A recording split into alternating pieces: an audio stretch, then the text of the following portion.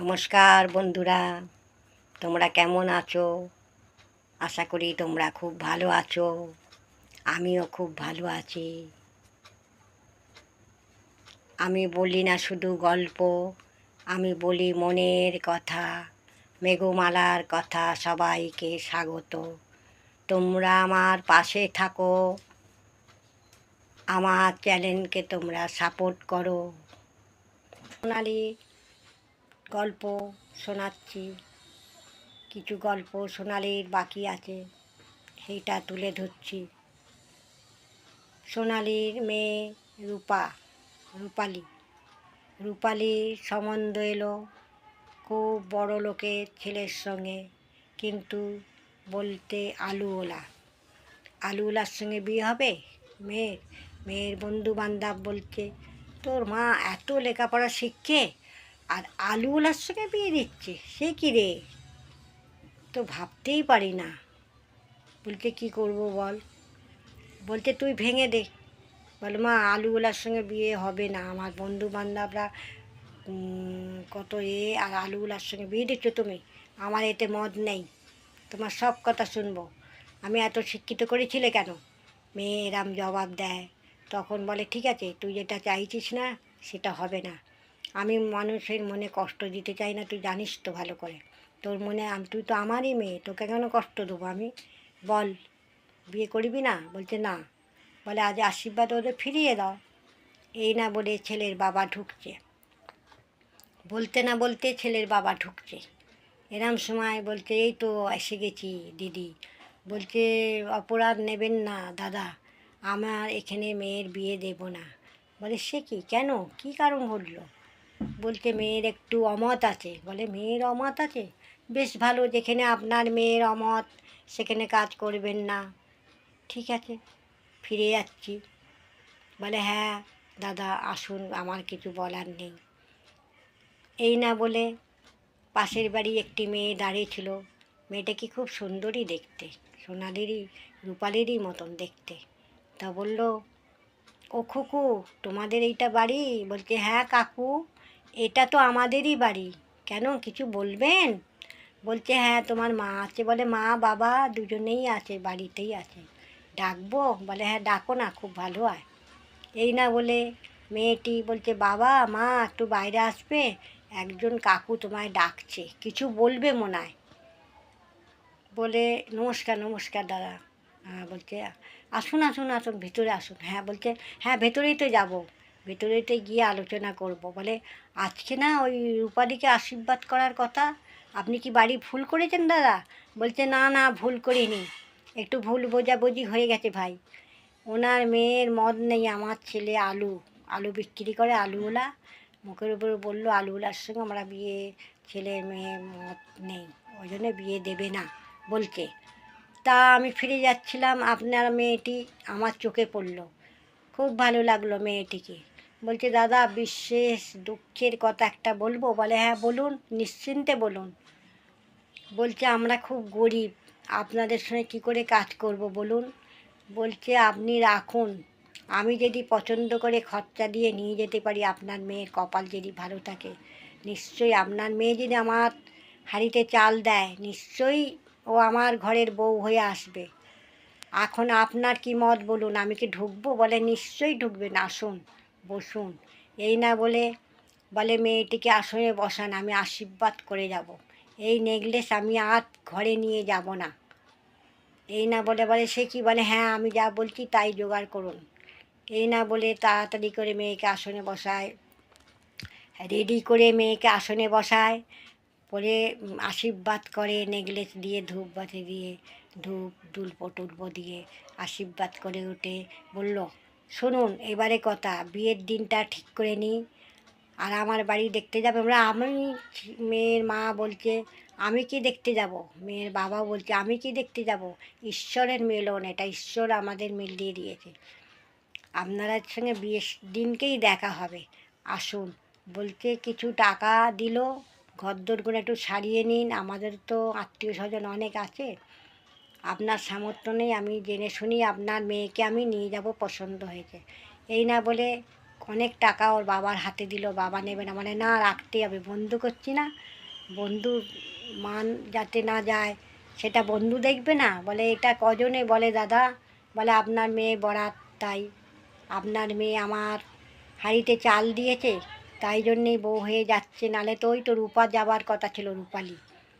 দেখুন না, তা আপনার পাশের বাড়ির মেয়ে তো অঘটন ঘটলই, বললো আলুওলাকে বিয়ে করব না। তোর মা বলল আমাকে ফিরিয়ে দিল, আমি তো ফিরে যাব না।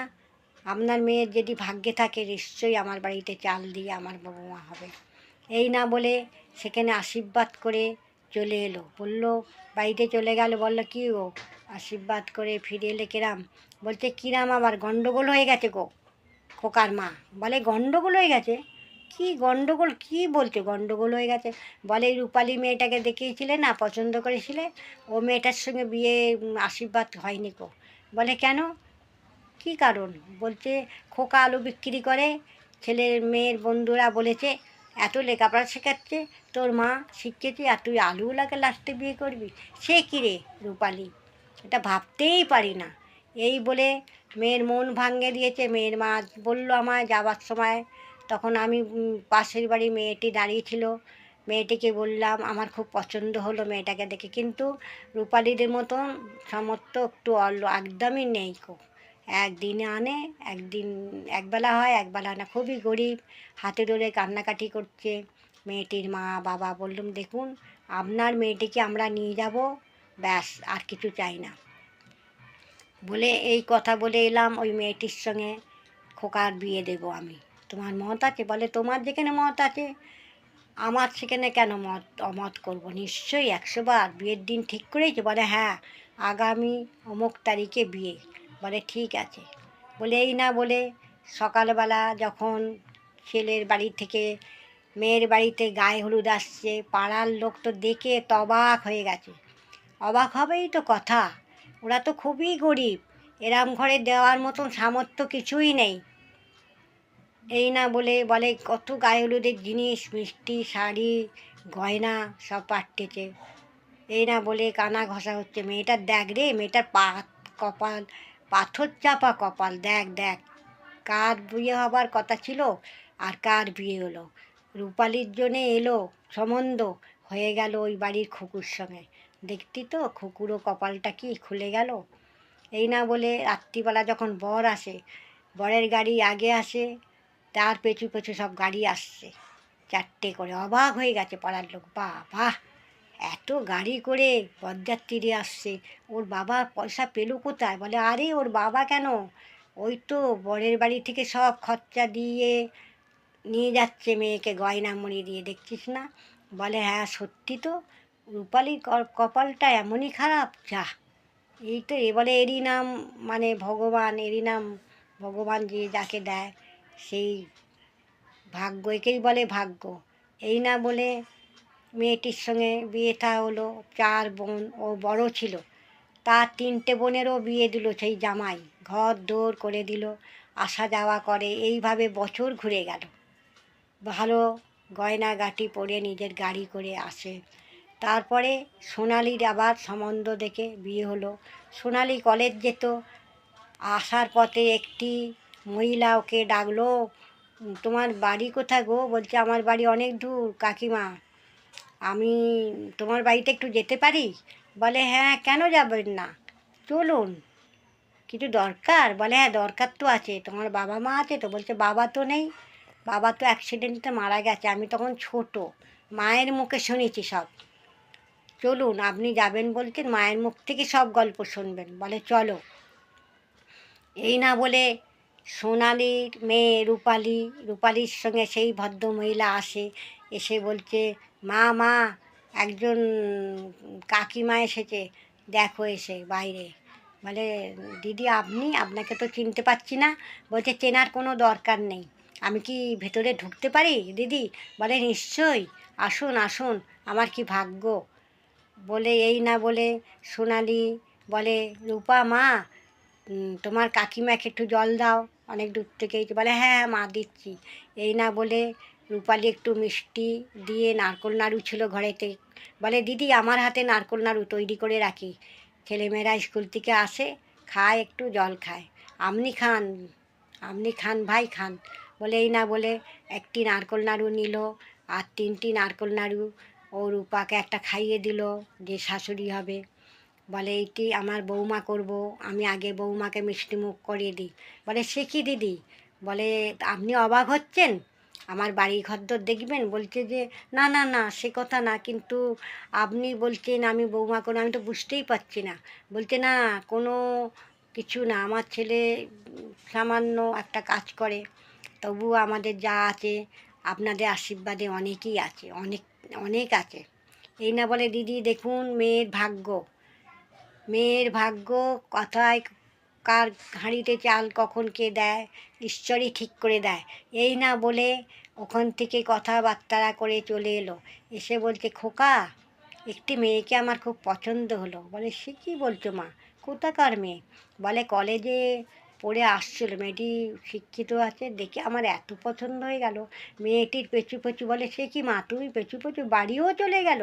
বলে হ্যাঁ, আমি বলেছি তো ওই মেয়েকে আমার পছন্দ, ওই মেয়েকেই আমি বউ করব। এই না বলে কথা দিয়েছি খোকা। বলছে বেশ ভালো, তোমার যেখানে পছন্দ আমারও পছন্দ, তোমার পছন্দ আমার পছন্দ, আর কিছু কথা নেই মা। বলছে তাহলে আমি বিয়ের দিন ঠিক করি? বলে হ্যাঁ করো। বলে এই না বিয়ের দিন ঠিক করে এলো, এখানেও দেখছে বিশাল বড়, ওদের চেয়ে এও বড়, সোনালির যেখানে মেয়ের বিয়ে হচ্ছে রূপার। এই বলে রূপার ওখানে বিয়ে থা হলো। রূপার বিয়ে হওয়ার পর বেশ আসা যাওয়া করে।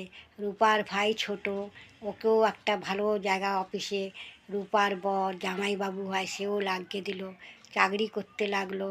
রূপার ভাইয়েরও দেখাশোনা হচ্ছে, মেয়ের বিয়ে হবে। সোনালি বলছে আমার কি ভাগ্য, আমার মেয়ের বিয়ে হলো, আমার জামাই আমার মেয়ে ছেলেকে অফিসে লাগিয়ে দিল, আবার আমার জামাই মেয়ে দেখছে ছেলের বিয়ে দেবার জন্য। আমি ভালোই সুখী, খুব দুঃখর হাত থেকে আমি আস্তে আস্তে বেরিয়ে আসছি। মানুষের সুখ দুঃখ আছে, তাই বলি তোমাদের সবাইকে, সুখ আর দুঃখ আছে, ভেবো না, ঈশ্বর মাথার ওপর আছে, ভেঙে পড়ো না। যার যেখানে যেটুকুনি পাও না সেটুকুনিই পাবে, চিন্তা করো না। আমরা কে দেবার? আমরা খালি চোখে দেখি এই সেই ওই বড়লোক হেন তেন, কিন্তু যে যার ভাগ্যে ভগবান ঈশ্বর তাকেই পাঠায়। আরও সোনালির গল্প আরও আছে, আরও তুলে ধরবো। এখন এই পর্যন্তই রাখলাম, এখানেই শেষ করলাম। সোনালির গল্প আরও আছে।